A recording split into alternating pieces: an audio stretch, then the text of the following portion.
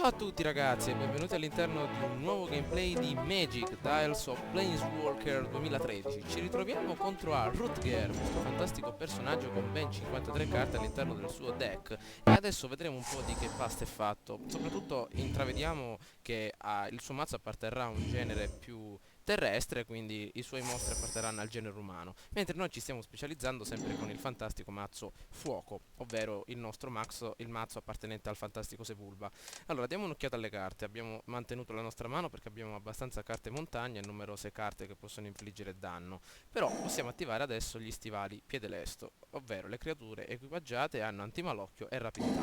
Ottimo, posizioniamo il nostro artefatto all'interno della sezione degli artefatti e lanciamoci all'interno del prossimo turno. Guardate un po' il personaggio, che nome bizzarro che ha. Rutger era un personaggio fantastico all'interno di Runway 1, a Road Adventure.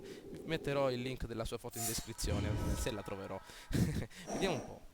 La cavaliera di Protograno. Allora, infatti sono dei mostri appartenenti al genere terra, scusate, al genere umano. Vedete un po', è una creatura, quindi ha attacco improvviso e legame vitale. L'attacco improvviso le permette di attaccare prima delle altre creature e legame vitale ogni qualvolta infligge vita il suo controllore guadagna altrettanti punti di vita. Ok, possiamo posizionare un'altra carta montagna. Io direi di sbarazzarci immediatamente di questa stronzetta, utilizzando le fiamme del tizzone ardente che permettono di infliggere 3 danni a nostra scelta. Quindi 2 danni alla creatura, ecco qui, e un danno al giocatore. Ho sbloccato un nuovo mazzo Goblin, ragazzi, che permetterà quindi di notare notevoli creature che le mostrerò all'interno dei prossimi gameplay, e anche un mazzo oscurità.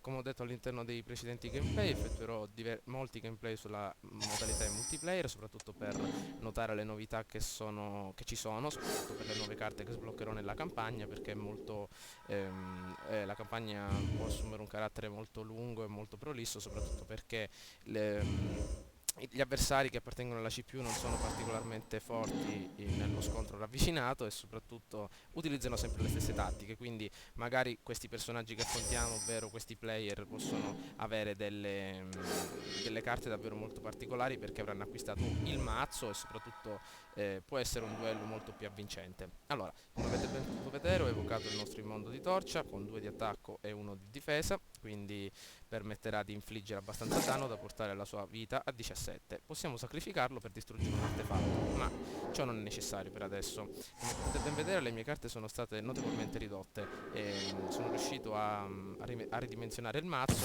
Oh, che caspita, c'è il buco nero. Vediamo un po'. Bella questa carta, distruggi tutte le creature, fantastica. E maledizione, mi sa che abbiamo beccato delle carte che non possono essere utili, perché abbiamo l'ostilità e il nostro gigante, che hanno bisogno di 6 punti di mana entrambe. Anzi, no, 6 entrambe. E non abbiamo abbastanza mana, ne abbiamo addirittura 5.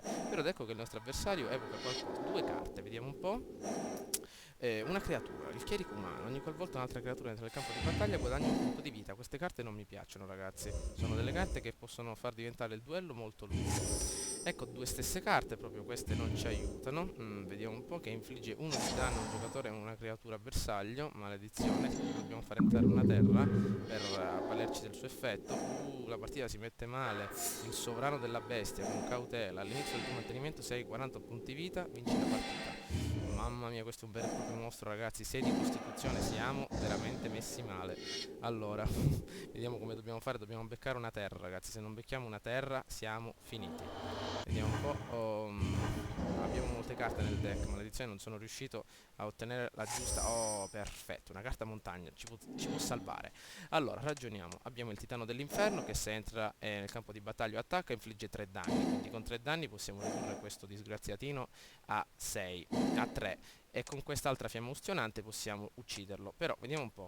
6 punti di maledizione non è abbastanza per distruggerlo, quindi vediamo un po' che cosa possiamo fare. Oppure addirittura mi sa che non possiamo fare nulla, ragazzi, a meno che non sono indeciso se evocare l'ostilità oppure il titano dell'inferno.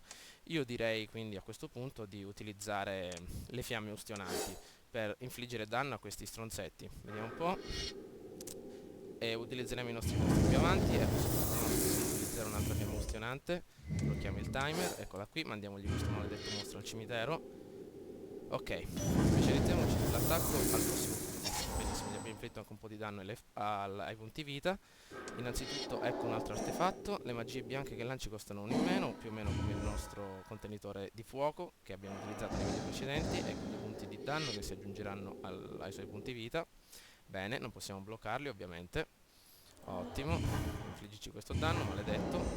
Ok, vediamo un po', possiamo adesso evocare qualcosa, vediamo un po', un'altra montagna la possiamo posizionare, il nostro titano dell'inferno adesso lo evochiamo, perché entra nel campo di battaglia e quindi possiamo distruggere questi 2 mostri e soprattutto 6 punti di danno possono fare davvero male, a meno che non abbia una carta maledetta. Allora, creature, ecco il primo danno, il secondo danno e il terzo danno al giocatore, benissimo.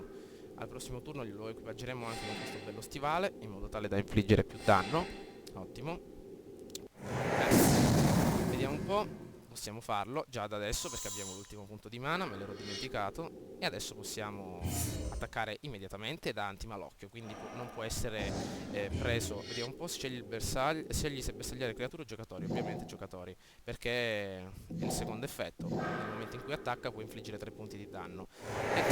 E la carta antimalocchio, anzi l'effetto antimalocchio è ottimo perché il nostro mostro praticamente non può essere preso come bersaglio da qualsiasi carta incantesimo o stregoneria, quindi possiamo ritenerci fortunati. 6 punti di vita il nostro Rutger, Runway Wood, ancora, ma speriamo che l'antimalocchio funzioni. Maledizione, non ha funzionato perché questo maledetto ha utilizzato una stregoneria e l'antimalocchio, se non ricordo male, vediamo un po', le creature con antimalocchio non può essere scelto da bersaglio di magie o abilità controllate. Giusto.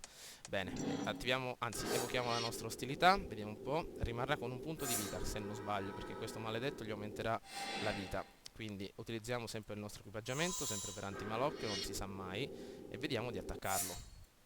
Continuiamo, visto che abbiamo anche la rapidità.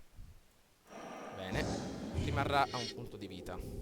La partita si fa intraprendente, ragazzi. Ed ecco, ah no, giusto, può bloccare immediatamente il maledetto. Vediamo un po'.